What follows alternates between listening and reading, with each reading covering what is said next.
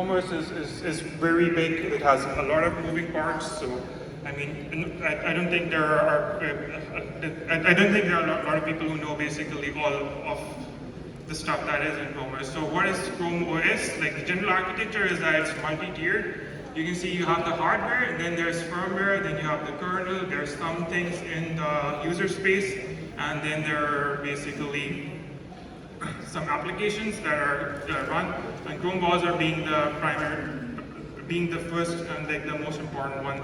So as I said, it uses the Linux kernel, and whenever you start Chrome OS, what happens? It boots up, it starts the Linux kernel, and then it runs this Chrome browser application. So the Chrome browser here is actually the window manager and the user interface for this operating system. Right, so everything that you see when a Chromebook starts up, it's still the Chrome browser process, which is the same as what you would have for, let's say, Windows or Linux. But it's just that like we have some build flags, so we get some additional stuff. We get some additional things that are also compiled, and primarily among them is Aura Shell, which is the window manager. And in addition to that, we have lots of user space daemons. As an example, as I've written, you have like the power daemon, the update engine, which allows updating Chrome OS, and like also the connection manager. So I talked about Chrome OS is very secure, so I had like this special slide just to talk about the security in Chrome OS, why Chrome OS is super secure. So I used this word sandboxing before. How many of you know what sandboxing is?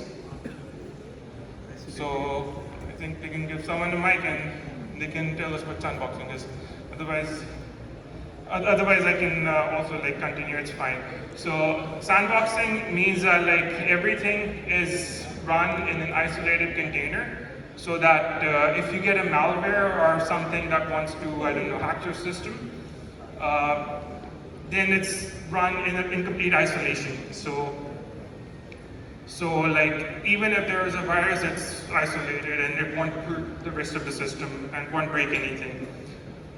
The second point here is like verified boot. Now, what is verified boot? I mean, it sounds interesting. Basically what this means is that we only run signed images, so it's not possible for someone to run a compromised image on like a system which has verified boot on. So all of the images are signed by Google, and they're basically run, and like the chunks are actually verified. So it makes sure that what you're running is like the actual operating system. Then we have automatic update. I just mentioned update engine. So basically, it's a thing that allows you to actually update the device in the backend. So even if your system is compromised or it's on, even if your system is crashing and so on, like it will still be updated in the background just because it's like a separate daemon that runs in the user space. Other than that, everything is encrypted on the device. So until and unless you log in, all of the data is encrypted. Everything that's in your user directory is encrypted, and this encryption is augmented by having like hardware security chips in like in the newer Chromebooks. So there's like this trusted platform module. They have like a security chip. You can write stuff to it, and it's secure. It's tamper resistant. So yeah. So the point being, Chrome OS is very secure. Right. Now let's talk a bit about how we develop. Chrome OS, it's not development on Chrome OS, it's development of Chrome OS. So how